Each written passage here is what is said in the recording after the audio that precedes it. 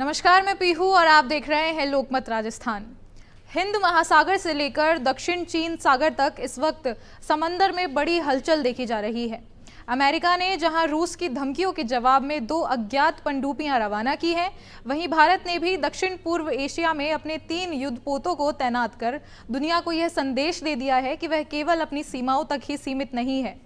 INS Delhi, INS Kiltan और INS शक्ति जैसे शक्तिशाली जहाज फिलीपींस में दोस्ती और सुरक्षा का प्रतीक बनकर पहुंचे हैं। यह दौरा सिर्फ औपचारिक नहीं बल्कि इंडो पैसिफिक में शांति और स्थिरता के लिए भारत की रणनीतिक भूमिका को दिखाता है और दुनिया को संदेश देता है कि भारत भी किसी से कम नहीं है। दरअसल अंतर्राष्ट्रीय पटल पर इस समय समुद्री सुरक्षा को लेकर उथल-पुथल मची हुई है। अमेरिका के राष्ट्रपति डोनाल्ड ट्रंप ने रूस की लगातार धमकियों के जवाब में 2 खुफिया पनडुब्बियां अज्ञात स्थान पर रवाना की हैं। यह कदम वैश्विक तनाव को देखते हुए लिया गया है।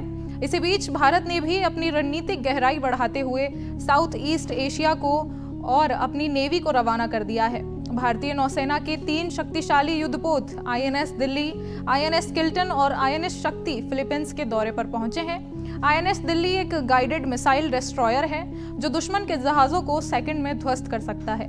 आईएनएस किल्टन पनडुब्बियों को खोजने और खत्म करने में माहिर है, जबकि आईएनएस शक्ति लंबी दूरी तय कर फ्यूल और सप्लाई पहुंचाने का काम करता है।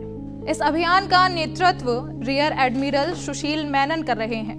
उन्होंने कहा कि भारत और फिलीपींस इंडो पैसिफिक में स्थिरता और सुरक्षा के लिए प्रतिबद्ध है।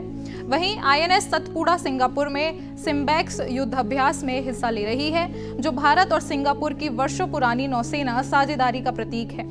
इन अभ्यासों में संचार, रणनीति, संयोजन और युद्ध अभ्यास की प्रैक्टिस की जा रही है ताकि संकट के समय दोनों सेनाएं एक साथ प्रभावशाली कार्यवाही कर सकें। इसका मकसद सिर्फ सैन्य ताकत दिखाना नहीं बल्कि सहयोग, मित्रता और भरोसे को मजबूत करना है। इस बीच खबर यह भी है कि फिलीपींस के राष्ट्रपति फर्डिनेंड मार्कोस जूनियर 4 से 8 अगस्त तक भारत की पहली राजकीय यात्रा पर आएंगे। यह यात्रा ऐसे समय में हो रही है जब भारत और फिलीपींस राजनयिक रिश्तों के 75 साल पूरे कर रहे हैं। यानी दोनों देशों भारत और फिलीपींस ने रणनीतिक और डिफेंस सिस्टम में सहमति बनाई हुई है। जब राष्ट्रपति मार्कोस जूनियर भारत आएंगे तो दोनों देशों के बीच यह पहला संयुक्त समुद्री अभ्यास होगा, जिसमें भारत की समुद्री कूटनीति को एक नई ऊंचाई मिलेगी। चीन की बढ़ती आक्रामकता को देखते हुए भारत की यह रणनीति केवल सैन्य नहीं बल्कि राजनीति और कूटनीतिक संदेश को भी देगी। भारत की नौसेना आज केवल समुद्री सीमाओं की रखवाली तक सीमित नहीं है, बल्कि वह एक रणनीतिक शक्ति के रूप में इंडो पैसिफिक क्षेत्र में मजबूत उपस्थिति दर्ज करा रही है। अमेरिका की हरकतों और चीन की नीतियों के बीच भारत की यह तैनाती दिखाती है कि अब केवल प्रतिक्रिया देने वाला देश नहीं रहा, बल्कि पहल करने वाला राष्ट्र बन चुका है। ऐसी तमाम राजनीतिक खबरों और अपडेट्स के लिए देखते रहे लोकमत राजस्थान।